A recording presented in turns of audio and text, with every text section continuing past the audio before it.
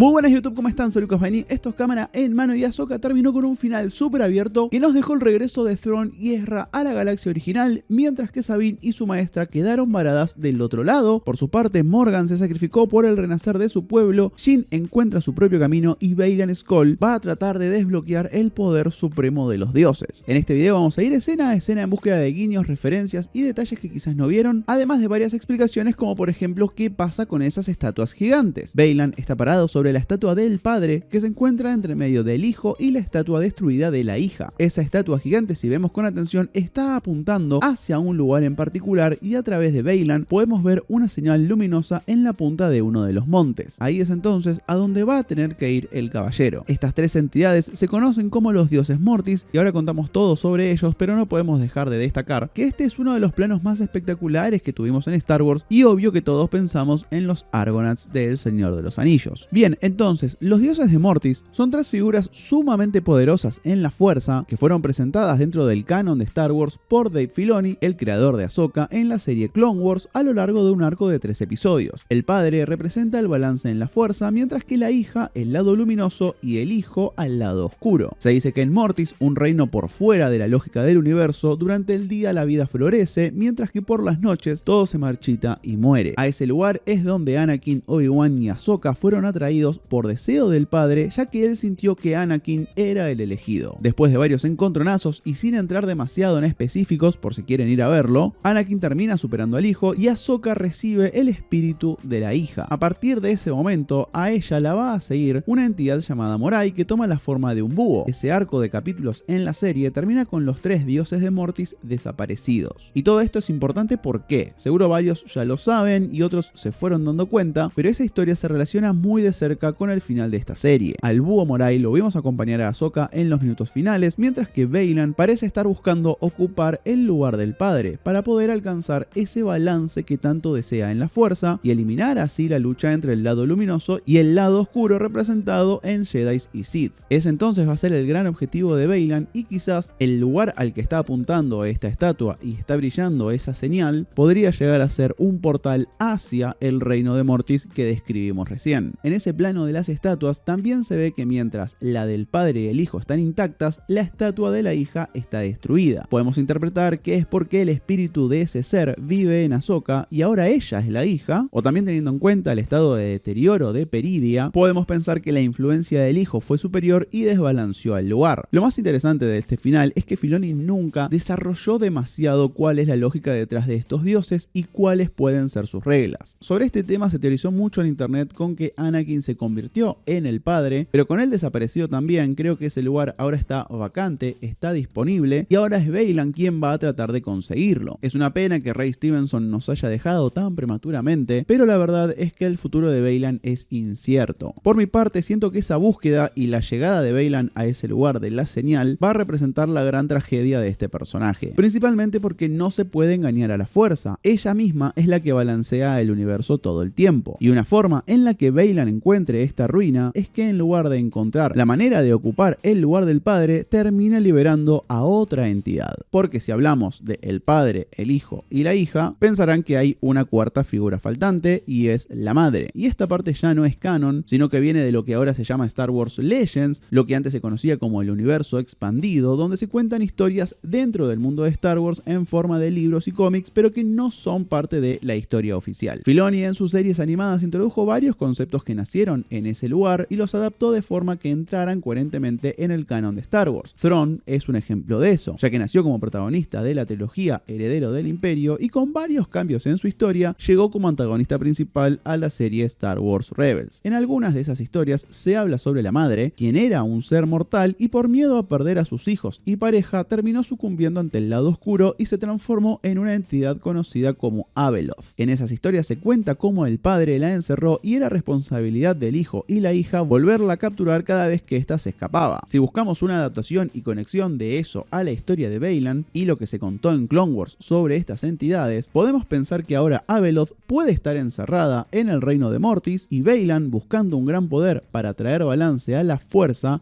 termine liberando algo imparable. Y sí, la verdad es que después de decir todo esto, me parece muchísimo, teniendo en cuenta que por otro lado se setió el regreso de Thrawn a la galaxia y claramente va a ser el villano principal de lo que siga de esta historia, pero por otro lado tengo muchas ganas de ver para qué lado guían la historia de Baylan, porque era mucho más fácil matarlo en el final de temporada que dejar una puerta abierta tan grande. Es posible entonces pensar que la historia de Baylan se va a desarrollar en una segunda temporada de Ahsoka, ya que ella también está en Peridia, y veremos el duelo de Thrawn con Ezra en la galaxia original durante la película que unirá todo este universo. Pero ahora sí, volviendo al principio del capítulo, repasemos todos esos guiños y detalles que quizás no viste, y gracias de verdad por acompañarnos durante toda esta hermosa cobertura que hicimos de Ahsoka. La semana pasada logramos el récord de likes, más de 6.400 likes, vamos a ver si llegamos a los 7.000. ¿Será un montón pedir 7.000 likes? Es simplemente apretar el botoncito de ahí abajo, me ayudan muchísimo a llegar a más personas. Es el último video que vamos a hacer de Ahsoka, de análisis completo de cada capítulo,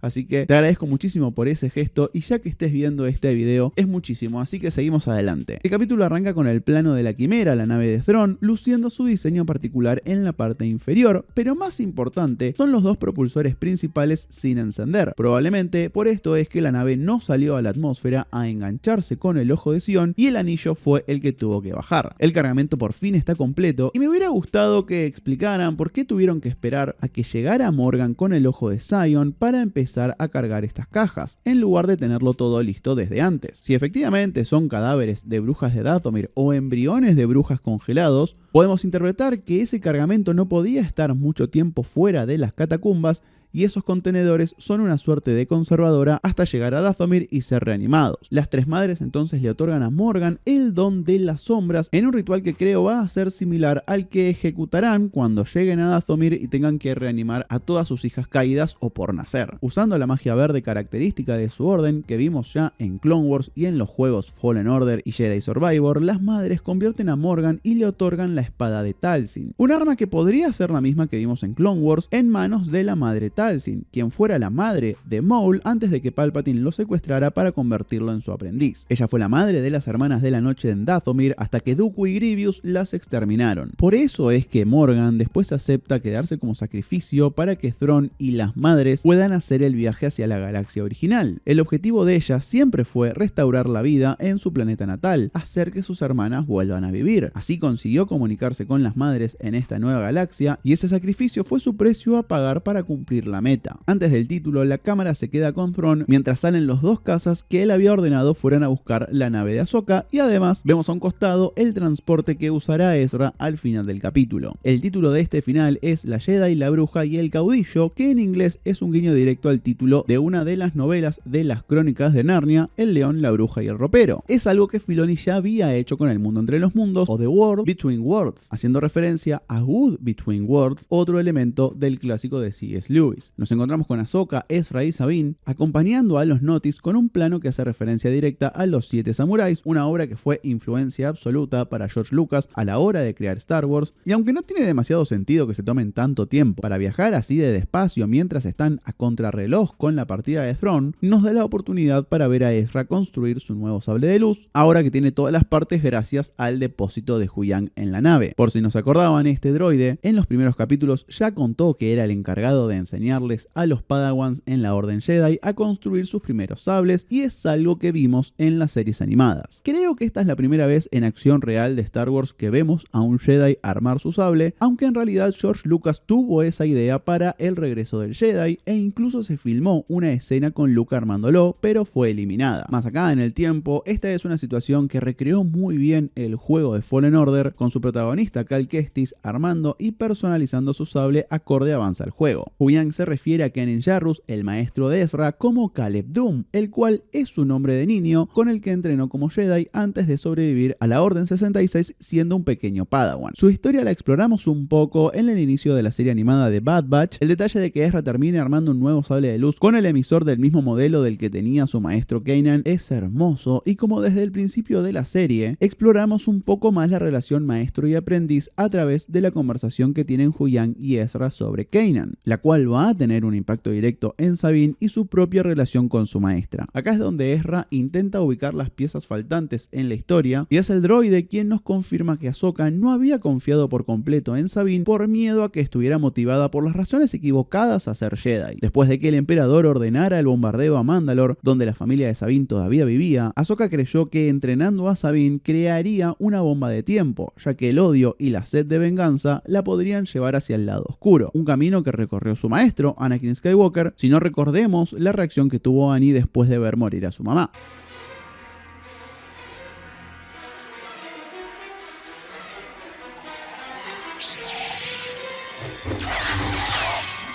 Hablando de Anakin, al salir, Ahsoka le explica a su aprendiz que fue Annie quien siempre la entendió y confió en sus decisiones, incluso cuando todos los demás la abandonaron, como cuando decidió alejarse de la Orden Jedi después de que la acusaran de traición. Ahsoka dice que Anakin siempre estuvo a su lado, y es algo que se va a reflejar en el final, cuando vemos cómo el fantasma de la fuerza de Anakin se queda mirando a Ahsoka aun cuando ella se da vuelta para volver a la aldea. Por cierto, ese plano homenajea al momento de la despedida de Ahsoka en Clone Wars. La maestra pregunta si Sabine siguió con su entrenamiento y ella responde que lo intenta, enseguida corrigiendo por un sí más seguro al ver la reacción de Ahsoka. Ahsoka reacciona así porque ella tiene encima uno de los mandatos más importantes del maestro Yoda. Está bien, lo intentaré. No intentos. Hazlo. O déjalo.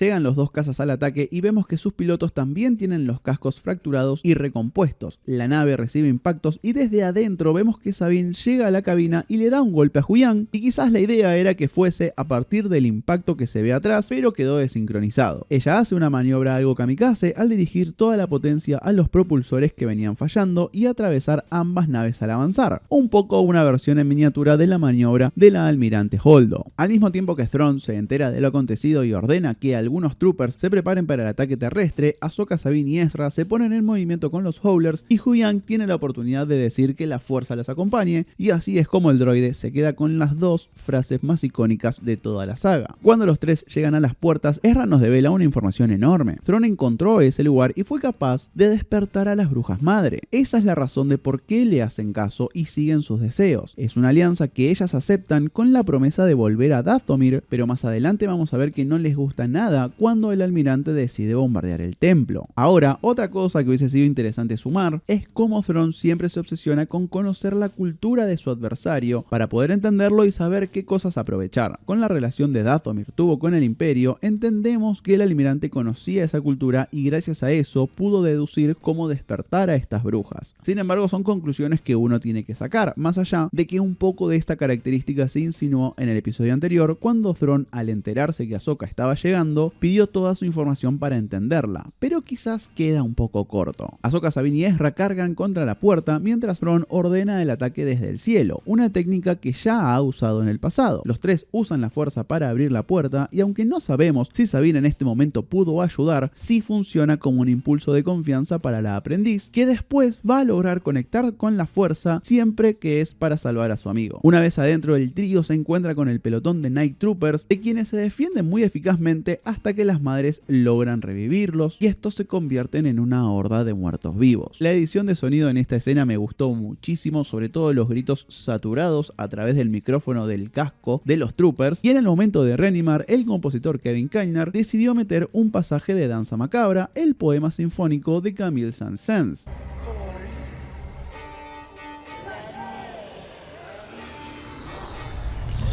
Los tres Jedis entonces logran escapar mientras van cerrando puertas y Sabine se conecta un poco con la fuerza una vez que Ezra está en peligro, liberándolo con el sable de luz en lugar de sus blasters y protegiéndolo de 3 disparos por su espalda. Al notar esto, Thrawn le ordena a Morgan ser la próxima en sacrificarse, a lo que ella accede por lo que hablamos antes. Su sacrificio significa el renacimiento de Dathomir. Mientras Ahsoka y Morgan tienen esa revancha después de aquel primer encuentro en el capítulo La Jedi de The Mandalorian, Sabine y Ezra se encuentran con dos Purge Troopers que resisten los ataques de los sables de luz y los arrinconan, incluso resistiendo los disparos a quemarropa de Sabine, que le vuela parte del casco a uno, dejando ver su mandíbula toda decrépita. Y otra vez, la sensibilidad a la fuerza de Sabine explota cuando ve que Ezra está en peligro y se libera usando un movimiento que es la combinación entre el de Obi-Wan en episodio 1 y el de Kylo Ren contra el guardia pretoriano. Morgan falla rotundamente en su misión de no dejar a ningún Jedi pasar y persigue a Ahsoka junto a los troopers a través de las escaleras hasta la parte superior del templo, donde Sabine y Ezra están intentando llegar a la quimera que ya está despegando. Para eso Sabine logra empujar a Ezra después de que este haga un salto en una técnica que el Jedi ya había usado con su maestro Kanan en la serie, pero acá hay un significado mayor para Sabine. En este momento no tiene otra cosa en la cabeza que hacer que su amigo vuelva a casa. Es un punto de no retorno para ella y el desbloqueo con el que venía cargando desde el principio de la serie. Y fíjense cómo en este momento, cuando vuelve a ayudar a Ahsoka, Sabine por primera vez pelea al mismo tiempo con su blaster mandaloriano y el sable de luz Jedi, estando en paz con sus dos partes. Así como en su momento ambas se separaron y terminaron perdiendo, acá maestra y aprendiz se mantienen juntas, lo cual desemboca en Ahsoka superando a Morgan en un movimiento muy bien coreografiado que hace foco en Ahsoka robándole la espada de Talsim a Morgan y cortándola con ambos filos. Al caer, Morgan despide ese don de las sombras que le habían otorgado las brujas y ellas lo sienten a distancia. En la quimera, Ezra logra deshacerse de los troopers y después, en un movimiento que hizo muchas veces en Rebels, se hace pasar por uno de ellos para infiltrarse en la nave. Ahsoka y Sabine escapan del templo haciendo la gran Marty McFly y tratan de seguir a Thrawn en la atmósfera, pero parece ser demasiado tarde. Antes de saltar al hiperespacio, el almirante habla directamente con Ahsoka para hablar sobre su parecido con Anakin y decirle que quizás Peridia es el lugar ideal para una Ronin como ella, siendo Ronins los guerreros samurái que andaban sin maestro en el folclore japonés. Así es como llega el ansiado viaje de Thrawn de regreso a la galaxia, el cual corona con la frase larga vida al imperio, y la verdad solo quiero destacar al único que logró hacer el viaje ida y vuelta en esta nave, y estamos hablando de el capo de este droide piloto. Bien por él, el empleado del mes. Lo único que nos queda en este final es ver cómo se construyen los caminos que cada personaje recorrerá en el futuro. Ahsoka y Sabine vuelven con los Noti y la Jedi ve que el búho Morai está ahí presente y ella lo va a interpretar como una señal de que después de todo hay una razón de por qué ella se quedó en Peridia. Shin-Hati, a quien habíamos perdido la semana pasada, no salió corriendo hacia el templo para sumarse a las filas del imperio, sino que encontró su propio camino y se reunió con los lugareños, siendo una más de ellos, quizás hasta para conseguir información sobre el paradero de su maestro. De ahí pasamos a Baylan siguiendo esa señal a la que apunta el padre y viajamos a la galaxia original para encontrarnos con Dathomir, la tierra prometida de las madres, que aceptaron todos los términos de Thrawn para poder llegar a este lugar. En la quimera nos muestran los miles de contenedores que trajeron y nos encontramos con Ezra, que robó el transporte que habíamos visto en la quimera en la escena de apertura, llegando al Home One, donde Chopper es el primero en reconocerlo. Este plano de Ezra y Hera encontrándose con la Ghost de fondo es el último homenaje a Star Wars Rebels que va a ser la serie, para después volver con Ahsoka y Sabine, que hablan mirando al horizonte y la aprendiz siente algo más allá. En ese momento la música usa el leitmotiv de la pieza Across the Stars que John Williams compuso para las precuelas.